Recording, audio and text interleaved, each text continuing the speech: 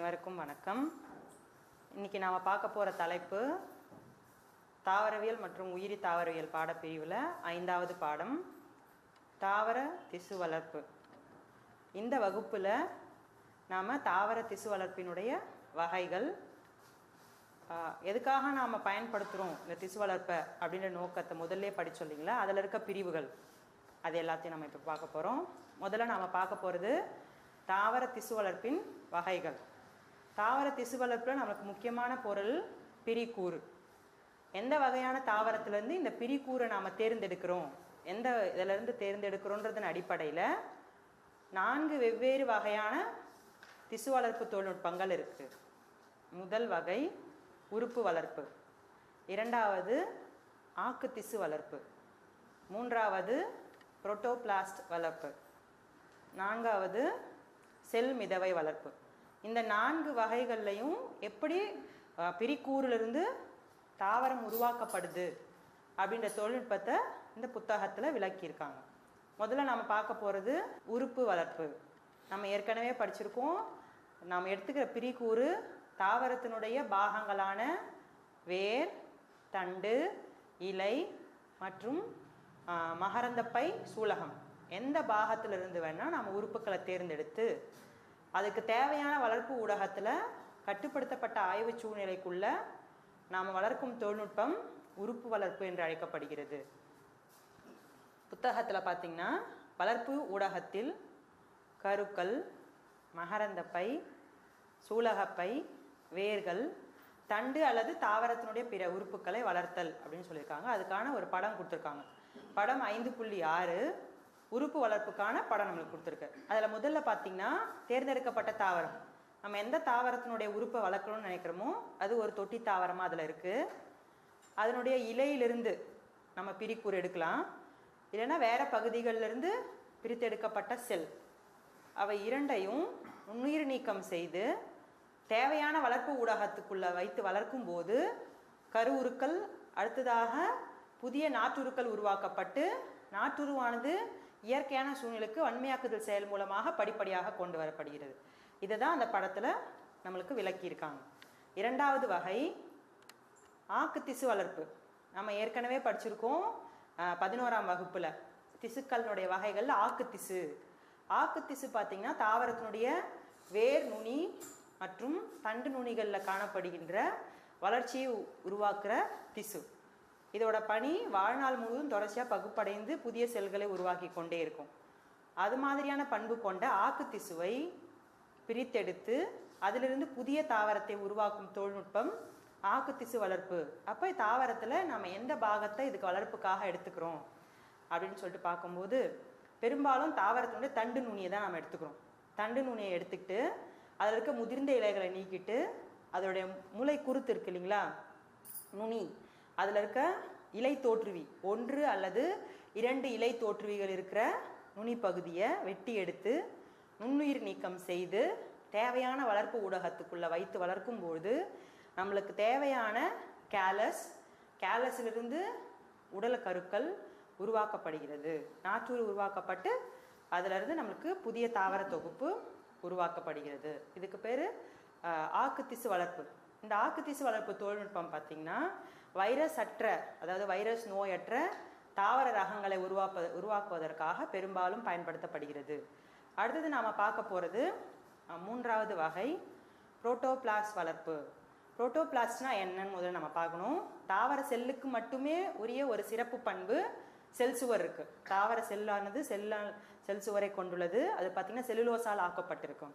இப்போ இந்த செல் சுவர் நீங்கி மீதி இருக்க பிளாஸ்மா சவ்வினால் சூழப்பட்ட அனைத்து செல் உட்பொருட்களும் சேர்த்து நம்ம புரோட்டோபிளாஸ்ட்னு சொல்கிறோம். இப்போ இந்த வளர்ப்பில் நம்ம என்ன பண்ண போகிறோன்னா, நம்ம எப்படி பிரிக்கூரை தேர்ந்தெடுக்கிறோமோ அதே மாதிரி விரும்பிய பண்புகள் கொண்ட 2 வெவ்வேறு தாவரங்கள் அதை தேர்ந்தெடுத்து அந்த 2 தாவரங்களினுடைய செல் சுவர் நீக்கப்பட்ட புரோட்டோபிளாஸ்டுகளை தனிமைப்படுத்தி அவற்றை கலப்புற செய்து அந்த கலப்புயிரியை ஊட்ட ஊடகத்தில் வளர்த்து புதிய தாவரத்தை உருவாக்குறோம். இந்த தொழில்நுட்பம் தான் புரோட்டோபிளாஸ்ட் வளர்ப்பு என்று அழைக்கப்படுகிறது. இதில் 4 படிநிலைகள் இருக்குது. என்னென்ன அப்படின்னு சொல்லிட்டு பார்க்கும்போது முதல் படிநிலை புரோட்டோபிளாஸ்டை பிரித்தெடுத்தல்.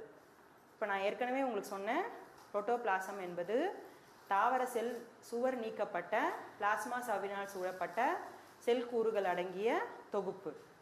இந்த புரோட்டோபிளாசம் ஒரே தாவரத்தோடதான்னு கேட்டால் இல்லை. நாம் விரும்பும் பண்பு கொண்ட 2 வெவ்வேறு தாவரங்களுடைய புரோட்டோபிளாஸ்டுகளை பிரித்தெடுத்து இந்த தொழில்நுட்பத்தை நாம் செய்ய போகிறோம். இதில் புரோட்டோபிளாஸ்டுகளை பிரித்தெடுத்து இணைக்கும் போது நம்மளுக்கு உடல கருக்கள் கிடைக்குது.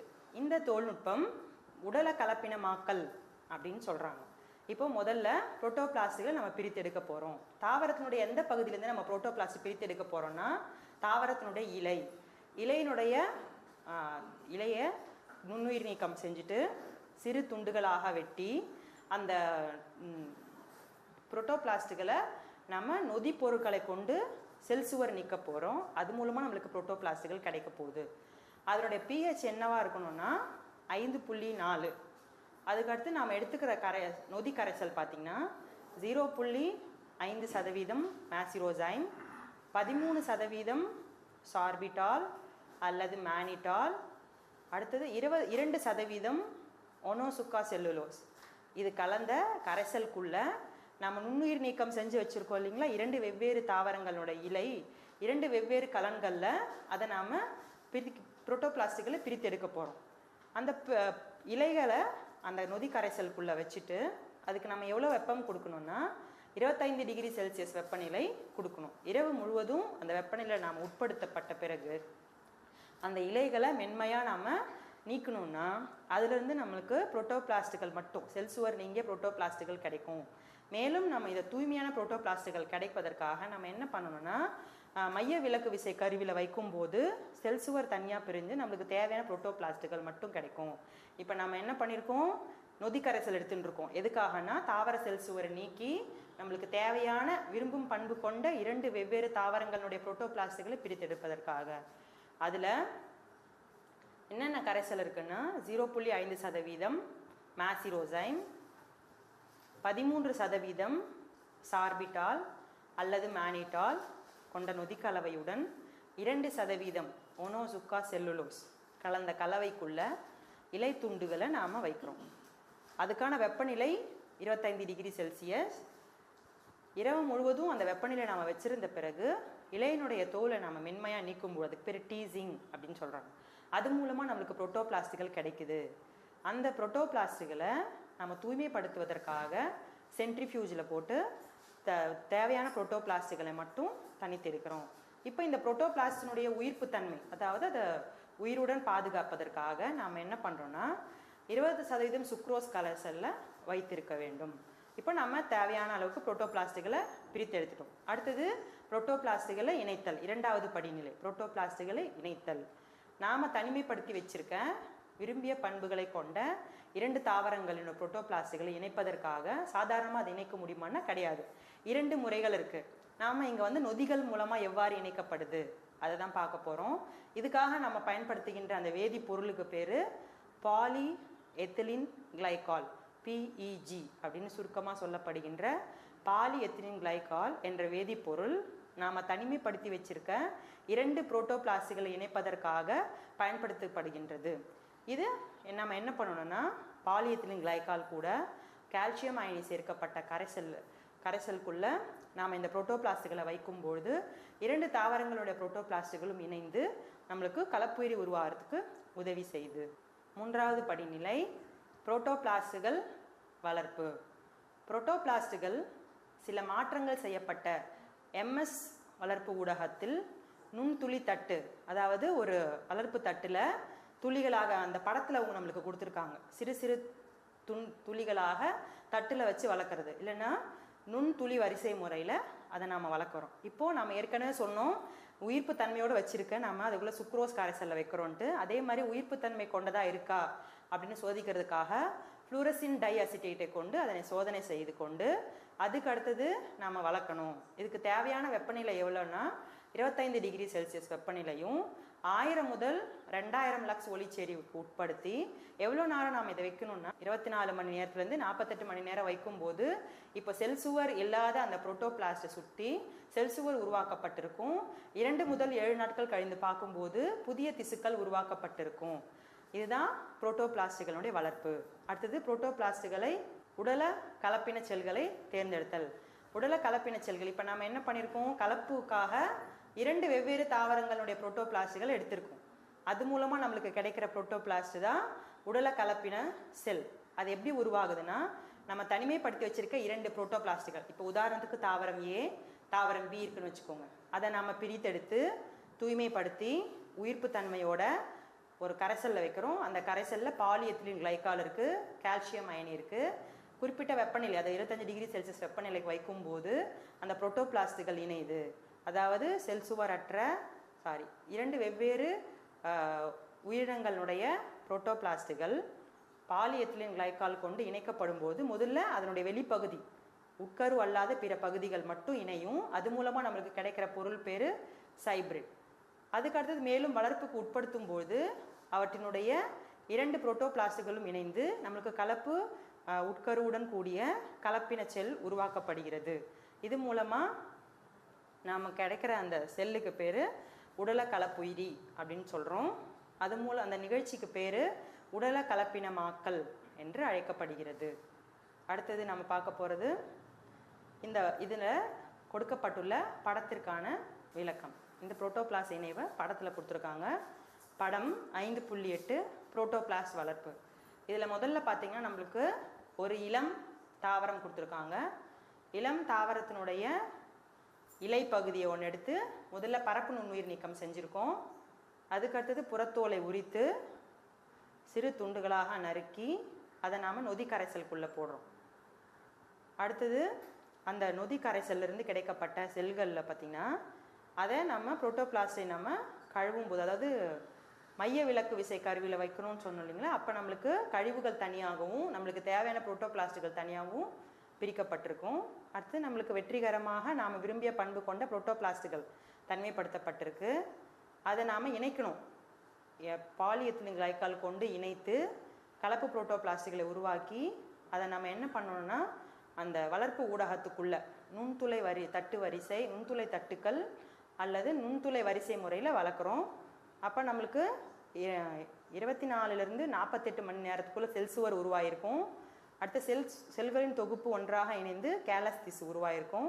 செல்கள் வேறுபாடு புதிய நாற்றுருக்களை உருவாக்கியிருக்கும். இந்த படிநிலை தான் இந்த புத்தகத்தில் கொடுக்கப்பட்டிருக்கு. அடுத்தது நம்ம பார்க்க போகிறது செல் மிதவை வளர்ப்பு. இந்த 3 வகையான வளர்ப்பு நம்ம ஏற்கனவே படித்தோம் இல்லைங்களா, உறுப்பு வளர்ப்பு, ஆக்கு திசு வளர்ப்பு, புரோட்டோபிளாஸ்ட் வளர்ப்பு. இந்த எல்லா வளர்ப்புலையும் நாம் என்ன பண்ணுறோன்னா கேலஸ் உருவாக்கி கேலஸை ஊட்ட ஊடகத்தில் வளர்த்து அதிலிருந்து நாற்றுரு கிடைக்குது. ஆனால் இந்த செல் மிதவை வளர்ப்பில் நம்ம என்ன பண்ண போகிறோன்னா முதல்ல செல் மிதவையை தயாரிக்கிறோம். எப்படி அப்படின்னு சொல்லிட்டு பார்க்கும்போது ஏற்கனவே கிடைக்கப்பெற்ற கேலஸை தொடர்ச்சியாக இயங்கக்கூடிய கருவிகள், அஜிடேட்டிங் செட்டப்னு சொல்லுவாங்க, அந்த கரைசல் இருக்கிற இதுக்குள்ளே கேலஸை போட்டு கேலஸில் இருக்க செல்களை தனியாக பிரித்து நம்ம முதல்ல ஒரு செல் மிதவை தயாரிக்கிறோம். அந்த செல் மிதவையிலிருந்து செல்களை பிரித்தெடுத்து அவற்றை மீண்டும் தானியங்கி கலக்கியில் வச்சு கலக்கி திரும்பவும் நீர்ம வளர்ப்பு ஊடகத்தில் தாவர திசுக்களை வளர்க்கும் தொழில்நுட்பத்துக்கு பேர் செல் மிதவை வளர்ப்பு அப்படின்னு நம்ம சொல்கிறோம். அடுத்து நம்ம பார்க்க போகிறது 2ஆம் நிலை வளர்ச்சிதை மாற்ற பொருட்களின் உற்பத்தி. 2ஆம் நிலை வளர்ச்சிதை மாற்ற பொருட்கள் இவை பெரும்பாலும் செல் மிதவை வளர்ப்பு. இப்போ முன்னாடி நம்ம படித்தோம் இல்லைங்களா, செல் மிதவைன்னா என்ன, தாவரத்திலிருந்து கிடைக்கக்கூடிய பிரிகூர்லேருந்து உருவாக்கப்பட்ட கேலஸை செல்களாக பிரித்து அவற்றினுடைய செல் கூறுகளிலிருந்து வடிகட்டி கிடைக்கக்கூடிய செல்களை ஒரு ஊட்ட ஊடகத்துக்குள்ள நீர்ம கரைப்பானுக்குள்ளே வளர்க்குறதுக்கு பேர் செல் மிதவை வளர்ப்பு. அதே முறையை பயன்படுத்தி நாம் இந்த 2ஆம் நிலை வளர்ச்சிதை மாற்ற பொருட்களை உருவாக்க போகிறோம். பெரும்பாலும் இந்த 2ஆம் நிலை வளர்ச்சிதை மாற்ற பொருட்கள் தாவரத்தில் உருவாக்கப்படும். இவை நமக்கு ஏற்கனவே தெரியும், ஆல்கலாய்டுகள், ஃப்ளாவனாய்டுகள், டெர்பினாய்டுகள், ஃபினால் கூட்டு பொருட்கள், மறு கூட்டிணைவு புரதங்கள். இந்த பொருட்கள்லாம் நம்மளுக்கு கிடைக்கும். இந்த பொருட்கள் பெரும்பாலும் வேதிய பொருட்களாக இருக்குது. இவை தாவர வளர்ச்சிக்கு ஒரு சில நேரங்களில் அத்தியாவசியமானதாகவும் ஒரு சில நேரங்களில் தேவையில்லாத பொருட்களாகவும் இருக்குது. அந்த பொருட்களை நம்ம தொழிற்சாலையில் உற்பத்தி செய்து மருத்துவத்திற்காகவும் அழகு சாதன பொருட்கள் உற்பத்திக்காகவும் உணவுப் பொருள் உற்பத்திக்காகவும் இதை நம்ம பயன்படுத்துறதுக்காக ஆய்வுச்சாலையில் இந்த 2ஆம் நிலை வளர்ச்சிதை மாற்ற பொருட்களை நாம் உற்பத்தி செய்கிறோம். இந்த இரண்டாம் நிலை வளர்ச்சிதை மாற்றத்திற்காக நாம் என்ன பயன்படுத்துகிறோம்? 4வது பாடத்தில் நம்ம ஏற்கனவே படிச்சிருக்கோம், உயிரி கலன், பயோரியாக்டர்ஸ், அதை நம்ம பயன்படுத்துகிறோம். அது மட்டும் இல்லாமல் உயிரி சார் நிலை மற்றும் வளர்ச்சிதை மாற்ற பொருட்களுடைய தூண்டல் மற்றும் முடக்க வளர்ப்பு, இந்த முறைகளை பயன்படுத்தி ஆய்வுச்சாலைக்குள்ள நமக்கு தேவைப்படுகின்ற இரண்டாம் நிலை வளர்ச்சிதை மாற்ற பொருட்களை உற்பத்தி செய்ய முடியும். அது மாதிரி தாவரங்கள்லேருந்து கிடைக்கக்கூடிய ஒரு சில வளர்ச்சிதை மாற்ற பொருட்களை இங்கே நம்ம பாட புத்தகத்தில் அட்டவணையில் கொடுத்துருக்காங்க. அட்டவணை 5.1 இரண்டாம் நிலை வளர்ச்சிதை மாற்ற பொருட்கள் மற்றும் அவற்றின் தாவர மூலங்கள். எந்த தாவரத்துலேருந்து அந்த பொருள் கிடைக்குது, அதிலேருந்து கிடைக்கக்கூடிய அந்த இரண்டாம் நிலை வளர்ச்சிதை மாற்ற பொருள் என்ன, அதோட பயன் இந்த அட்டவணையில் நமக்கு கொடுக்கப்பட்டிருக்கு. முதல்ல நம்ம பார்க்க போகிற பொருளோட பேர் டிஜாக்சின். இது டிஜிட்டாலிஸ் பர்பூரியா அப்படின்ற தாவர மூலத்திலிருந்து நமக்கு கிடைக்குது. இந்த வளர்ச்சிதை மாற்ற பொருளோட பயன் என்னன்னா, இதயத்திற்கு மருந்தாக பயன்படுத்தப்படுகிறது. அடுத்தது கோடின். இது பப்பாவர் சாம்னிஃபெரம் என்ற தாவரத்திலிருந்து பெறப்படுகிறது. இது வலி நிவாரணியாக பயன்படுத்தப்படுகிறது.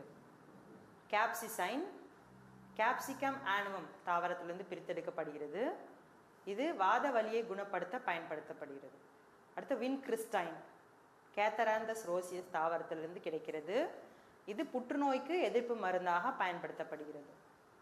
குயினைன் சின்கோனா அஃபிசினாலஸ் தாவரத்திலிருந்து பெறப்படுகிறது. இது மலேரியா நோய்க்கு எதிர் மருந்து.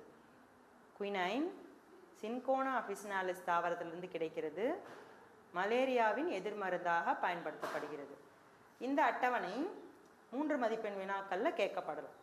அதுக்கு அடுத்தது நாம் பார்க்க போகிறது தாவரங்களின் மீள் உருவாக்க வழித்தடம். இந்த தாவரங்கள் மீள் உருவாக்க வழித்தடம் நம்ம எந்த தொழில்நுட்பத்தில் பயன்படுத்துகிறோம்னா, 4வது பாடத்தில் ஏற்கனவே நம்ம படிச்சோம் இல்லைங்களா, மரபணு மாற்றப்பட்ட தாவர செல்கள்லேருந்து பிரிக்கூறு, அந்த பிரிக்கூறு வந்து மரபணு மாற்றப்பட்ட செல்கள், அந்த செல்களை ஆய்வுச்சாலையில் முழு தாவரமாக வளர்க்கறதுக்காக பயன்படுத்தப்படுகின்ற தொழில்நுட்பத்துக்கு பேர் தாவரங்களின் மீள் உருவாக்க வழித்தடம்.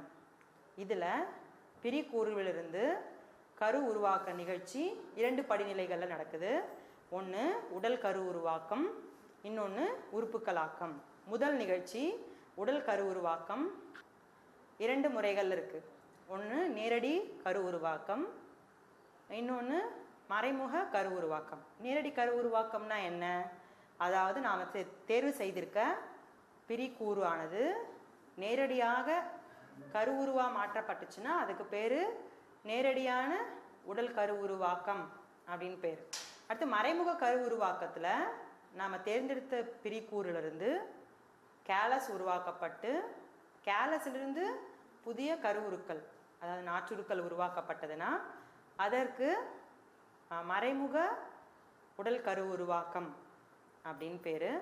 இதற்கான படங்கள் கொடுக்கப்பட்டிருக்கு. நேரடி கரு உருவாக்கம் மற்றும் மறைமுக கரு உருவாக்கம் இரண்டுக்கும் படம் எண் 5.9 மற்றும் மற்றொரு படமும் இதில் கொடுக்கப்பட்டிருக்கு. படம் எண் 5.10 தாவர மீள் உருவாக்க வழித்தடம். அந்த படத்தில் பார்த்தீங்கன்னா நம்மளுக்கு ஒரு தாவரம் கொடுத்துருக்காங்க. முழு தாவரத்திலிருந்து நாம் தண்டு நுனி, இலை, தண்டு பகுதி, கணு பகுதியிலிருந்து பிரிக்கூறு எடுத்திருக்கோம். அதில் 2 முறைகள் கொடுத்துருக்காங்க பாருங்கள். ஒரு முறை நேரடி உறுப்புக்களாக்கம், அதாவது பிரிக்கூறு நேரடியாக நாற்றுருவா மாறுது உறுப்புக்களாக்கம் மூலமாக, அதுக்கு பேர் நேரடி உடல் கரு உருவாக்கம்னு பேர்.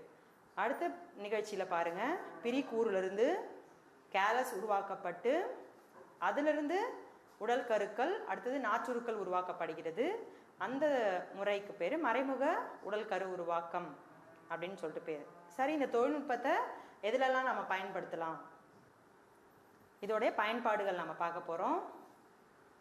உடல் கரு உருவாக்கம் திறன்மிக்க, என்ன திறன்னா நோய் எதிர்ப்பு திறன், அதிக அளவு விளைச்சலை தரக்கூடிய திறன், வெப்பத்தை தாங்கும் திறன், அது மாதிரி திறனை உடல் கரு உருவாக்கம் திறன்மிக்க நாற்றுருக்களை வழங்கி வன்மையாக்கத்திற்கு பிறகு முழு தாவரங்களை நமக்கு கொடுக்கிறது. செயற்கை விதைகள் உற்பத்தி, செயற்கை விதை நம்ம அடுத்தது படிக்க போகிறோம். செயற்கை விதைகள் உற்பத்திக்கு உடலக்கருக்கள் பயன்படுத்தப்படுகிறது.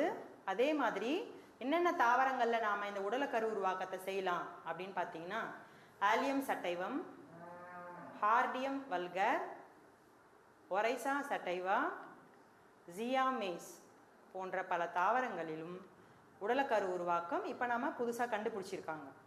இம்முறை எந்த வகையான தாவரமாக இருந்தாலும் அதை நம்ம செய்ய முடியும் அப்படின்ட்டு சாத்தியக்கூறுகளை இங்கே நமக்கு சொல்லியிருக்காங்க. இப்போது செயற்கை விதை இப்போ நம்ம தயாரிச்சிருக்கோம் இல்லையா உடலக்கரு, அது மேலே அகரோஸ் இழுமம், அகரோஸ் ஜெல்லுன்னு சொல்லுவாங்க, அகரோஸ் ஜெல், கால்சியம் ஆல்ஜினேட், அது ரெண்டுத்தையும் கொண்டு கருக்களை மூடி செயற்கை விதைகள் உருவாக்கப்படுகின்றன. அடுத்து நாம் பார்க்க போகிறது உறுப்புக்களாக்கம். அதாவது தாவரம் மீள் உருவாக்கத்தில் 2 படிநிலைகள் இருக்குது. ஒன்று உடல் கரு உருவாக்கம், இன்னொன்று உறுப்புக்களாக்கம். உடல் கரு உருவாக்கத்தில் 2 வழிமுறைகள் இருக்குது. ஒன்று நேரடி, இன்னொன்று மறைமுகம். நேரடி முறையில் நம்ம எந்த பிரிக்கூறு தேர்ந்தெடுக்கிறோமோ பிரிக்கூறிலிருந்து நேரடியாக நமக்கு தேவையான உடல் கரு உருவாக்கப்படுகிறது. அடுத்த நிலையில் மறைமுக நிலையில் பிரிக்கூறானது கேலஸை உருவாக்கும், கேலஸிலிருந்து நமக்கு தேவையான நாற்றூறு உருவாக்கப்படுகிறது. அதுக்கு அடுத்தது உடல் உறுப்புகள் உருவாக்கம். உறுப்புகள் ஆக்கம்ல பார்த்தீங்கன்னா தாவரத்தினுடைய பாகங்களான வேர் மற்றும் தண்டு உருவாக்கம். கேலஸிலிருந்து வேறுபாடுகள் மூலமாக தண்டு உருவாக்கப்பட்டுச்சுன்னா அதுக்கு பேர் தண்டு உருவாக்கம் என்றும், வேர் உருவாக்கப்பட்டதுன்னா அதை நம்ம வேர் உருவாக்கம் என்றும் 2 வகையான உருவாக்கங்கள் நடந்த பிறகு அந்த கேலஸ் ஆனது ஒரு முழுமையான கரு உருவாக மாற்றி உடல் கருவா மாறி. அடுத்தது இந்த தாவர திசு வளர்ப்பு, அதனுடைய பயன்பாடுகள். இந்த தாவர திசு வளர்ப்பு நாம் செய்யறது ஏற்கனவே படித்தோம். நாம் ஏன் இதை பயன்படுத்தணும்? தாவர ஆராய்ச்சிக்காக, அடுத்தது மரபணு மாற்றப்பட்ட தாவரங்கள் எண்ணிக்கை பெருக்கம் செய்வதற்காக, அது மாதிரி தாவரத்து பாடத்தினுடைய ஆரம்பத்தில். அதே மாதிரி இதனுடைய பயன்பாடுகள் பார்க்கும்போது இப்போ நம்ம சொன்னோம் இல்லைங்களா உடலை கலப்பின மக்கள், அந்த நிகழ்ச்சி மூலமாக மேம்பட்ட பண்புகளை கொண்ட கலப்புயிரிகளை நாம் இதில் உருவாக்க முடியும். அடுத்தது செயற்கை விதைகள் உருவாக்குவதற்கு இந்த தொழில்நுட்பம் பயன்படுத்தப்படுகிறது. அடுத்தது நோயற்ற தாவரங்களை உருவாக்குவதற்காக ஆக்கு திசு வளர்ப்பு மற்றும் தண்டு நுனி வளர்ப்பு பயன்படுத்தப்படுகிறது. களைக்கொல்லி மற்றும் வெப்ப சகிப்புத்தன்மை கொண்ட மரபணு மாற்றம் செய்யப்பட்ட புதிய தாவரங்களை உருவாக்குவதற்கு தொழில்நுட்பம் பயன்படுகிறது. வருடம் முழுவதும் குறைந்த காலத்தில் அதிக எண்ணிக்கையிலான நாற்றூறுகள் உற்பத்தி செய்யப்பட்டு வனச்சூழலை உருவாக்குவதற்காகவும் மரச்சிற்றினங்கள் எண்ணிக்கையில் அதிக நாற்றூறுகளை பெருக்குவதற்காகவும் இது பயன்படுத்தப்படுகிறது. செல் வளர்ப்பிலிருந்து 2ஆம் நிலை வளர்ச்சிதை மாற்ற பொருட்கள், உணவு உற்பத்தி, அழகு சாதன பொருட்கள் மற்றும் மருந்து பொருட்கள் உற்பத்திக்காக பயன்படுத்துவதற்காக இத்தொழில்நுட்பம் பயன்படுத்தப்படுகிறது. 2 வெவ்வேறு வகையான வேறுபாடு நமக்கு கொடுத்துருக்காங்க. நம்ம தாவர மீள் உருவாக்கம், தாவர திசு வளர்ப்பு, அது மாதிரி நம்ம படித்த பிறகு நம்மளுக்கு கிடைக்கக்கூடிய அந்த நாற்றூறுக்கள் ஒத்த பண்பு, அதாவது புற தோற்றத்தில் வேறுபாடு இருந்துச்சுன்னா அல்லது கேமிட்டக அமைப்பில் வேறுபாடு இருந்துச்சுன்னா அந்த வேறுபாடுகள் சொல்கிறாங்க. முதல்ல இருக்கிறதுக்கு பேர் உடல் நகல்சார் வேறுபாடு. நாம் ஆய்வுக்கூட சோதனையில் வளர்த்துருக்க அந்த தாவரமானது நம்ம எந்த மூலத்தாவரத்திலிருந்து எடுத்தோமோ அந்த மூலத்தாவரத்தினுடைய பண்பு, அதாவது வேர், தண்டு, வேர்க்கிழங்கு, இனப்பெருக்க வித்து ஆகிய ஏதேனும் ஒரு பண்புகளில் மாறுபட்டு காணப்பட்டுச்சுன்னா அதுக்கு பேர் உடல் நகல்சார் வேறுபாடு, சோமோக்ளோனல் வேரியேஷன் சொல்கிறோம். அடுத்தது கேமிட்டக நகல்சார் வேறுபாடு. இப்போ ஆய்வுக்கூட சோதனை வளர்ப்பில் கேமிட்டுக்களிலிருந்து உருவாகும் கேமிட்டக தாவரத்தினுடைய மீள் உருவாக்கத்தில் வேறுபாடுகள் இருக்கும். அந்த வேறுபாடுகள் அவற்றினுடைய கேமிட்டிலும் கேமிட்டக தாவரத்தில் இருக்கும். இவ்வகையான வேறுபாடு கேமிட்டோ குளோனல் வேறுபாடு, அதாவது கேமிட்டோ குளோனல் வேரியேஷன், கேமிட்டக நகல்சார் வேறுபாடு என்று அழைக்கப்படுகிறது. வாழையில் நுண்பெருக்கம். நுண்பெருக்கம் அப்படின்னா நம்ம என்ன பண்ண போகிறோம்? ஒத்த பண்புகளை கொண்ட, ஒத்த மரபு பண்புகளை கொண்ட தாவரங்களை அதிக எண்ணிக்கையில் உற்பத்தி செய்யப்படுகின்ற தொழில்நுட்பம் நுண்பெருக்கம் அப்படின்னு சொல்கிறோம். இந்த நுண்பெருக்கம் தொழில்துறை பயன்பாட்டிற்காக அன்னாசி, வாழை, ஸ்ட்ராபெரி, உருளைக்கிழங்கு போன்ற தாவரங்களில் அதிக நிலையான ஒத்த மரபியல் தன்மை பராமரிப்பதற்காக இந்த பெருக்கம் செய்யப்படுகிறது. அங்கே புத்தகத்தில் பார்த்தீங்கன்னா 5.11 வாழையில் நுண்பெருக்கத்திற்கான படம் உங்களுக்கு கொடுக்கப்பட்டிருக்கு. அடுத்து நம்ம பார்க்க போகிறது செயற்கை விதைகள். நம்ம ஏற்கனவே இப்போ படித்தோம் இல்லைங்களா, தாவரங்களுடைய மீள் உருவாக்கம், அதில் உடல் கரு உருவாக்கம் படித்தோம் பாருங்கள். அதுலேயே செயற்கை விதைகள் பற்றி நம்ம ஏற்கனவே சொன்னோம். செயற்கை விதைகள்னால் என்ன? அது சாதாரண விதையானா கிடையாது. சாதாரண விதைகள் நமக்கு தாவரத்தினுடைய கனியிலிருந்து கிடைக்குது. அது மாதிரி இல்லாமல் ஆய்வுக்கூட சோதனை வளர்ப்பில் பிரிக்கூர்லேருந்து நாம் உருவாக்கியிருக்க கரு உருக்கள் இருக்கு இல்லைங்களா, அந்த கரு உருக்கள் மேலே வேதிப்பொருட்களான அகரோஸ் இழுமம் மற்றும் கால்சியம் ஆக்சினேட் கொண்டு நம்ம அது மேலே ஒரு உரையை உருவாக்கி பிற்கால பயன்பாட்டுக்காக நம்ம சேமித்து வைக்கிறோம். அந்த பொருளுக்கு பேர் தான் நம்ம செயற்கை விதைகள். இந்த செல்கள் பகுப்படைந்து அடர்த்தியான சைட்டோபிளாசத்தையும் பெரிய உட்கருவையும் தரச மணிகளையும் புரதங்களையும் எண்ணெய்களையும் கொண்டிருக்கும். செயற்கை விதை நம்ம ஏற்கனவே சொன்னோம். செயற்கை விதை தயாரிப்பதற்கு நம்ம ஏற்கனவே உருவாக்கி வச்சிருக்க கரு உருக்கள், அது எந்த பிரிக்கூர்லேருந்துலாம் நம்ம அதை உருவாக்கிக்கலாம். வேராக இருக்கலாம், தண்டாக இருக்கலாம், இலையாக இருக்கலாம். எந்த பாகத்திலிருந்து நாம் திசு வளர்ப்பு மூலமாக உருவாக்கியிருக்க அந்த கருவுரு மேலே அகரோஸ் மற்றும் கால்சியம் ஆக்சிலேட் கொண்டு மந்தமான பொருட்களை பூசி செயற்கையான ஒரு விதை போன்ற அமைப்பை அதுக்கு உருவாக்குறோம். செயற்கை விதைகளினுடைய நன்மைகள். செயற்கை விதைகள் 2 மதிப்பெண் வினாக்களில் கேட்கப்படலாம். செயற்கை விதைகள் நாம் எங்கேருந்து கிடைக்குது? நம்மளுக்கு தாவரத்தினுடைய உடல் கருவுக்களிருந்து அது மேலே கால்சியம் ஆக்சிலேட் மற்றும் அகரோஸ் இழுமம் பூசப்பட்ட விதை போன்ற அமைப்பு செயற்கை விதைன்னு சொல்கிறோம். அதை உங்களுக்கு 2 மதிப்பெண் வினாக்களில் கேட்பாங்க. செயற்கை விதைகளினுடைய நன்மைகள். இதனுடைய நன்மைகள் என்னென்னா, குறைந்த காலத்தில் பல மில்லியன் கணக்கான செயற்கை விதைகளை உற்பத்தி செய்ய முடியும். விரும்பிய பண்புகளை கொண்ட மரபணு மாற்றப்பட்ட தாவரங்களை இம்முறையில் எளிதாக உருவாக்கலாம். தாவரங்களின் மரபணுசார் வகைய விகிதத்தை எளிதாக சோதனை செய்யலாம். உறைக்குளிர் பாதுகாப்பு. அடுத்து நம்ம படிக்க போகிறோம். உறைக்குளிர் பாதுகாப்புனா என்னென்னா, ஏற்கனவே நாம் தயாரித்து வச்சுருக்க செயற்கை விதைகளை நீண்ட நாளுக்கு பாதுகாப்பாக வைக்கிறதுக்காக குளிர்ச்சியான சூழ்நிலையில் வைக்கிறது. இந்த உறைக்குளிர் பாதுகாப்பு செயல்முறை மூலமாக செயற்கை விதைகள் நீண்ட நாட்களுக்கு நம்மளால் சேமித்து வைக்க முடியும். செயற்கை விதைகள் மூலமாக உருவத்த பல தாவரங்களை உருவாக்க முடியும். செயற்கை விதையினுடைய விதை உறக்க காலம் குறைந்த காலம் என்பதனால தாவரங்களுடைய வாழ்க்கை சுழற்சி மிக வேகமாக முடியக்கூடியதாக இருக்கும். இதெல்லாம் செயற்கை விதைகளினுடைய பயன்கள். அடுத்தது வைரஸ் அற்ற தாவரங்கள்.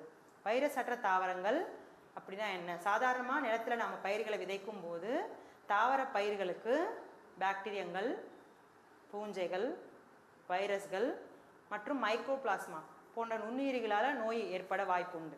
இந்த நோய் ஏற்படும் போது நம்முடைய பயிர் தாவரங்களில் என்ன பாதிப்பு ஏற்படுத்தும்? நம்முடைய மகசூலினுடைய அளவு குறையும். அப்போ நம்ம அதிலே படிப்போம், பயிர் மேம்படுத்தப்பட்ட ரகங்களை பயன்படுத்துதல், மேம்படுத்தப்பட்ட ரகங்களை பயன்படுத்துதல்னு சொல்லுவாங்க. அது மாதிரி மேம்படுத்தப்பட்ட ரகம் அல்லது நோயற்ற ரகத்தை உருவாக்குவதற்காக நம்ம பயன்படுத்துகின்ற ஒரு தொழில்நுட்பம் தான் நுனி ஆக்கத்திசு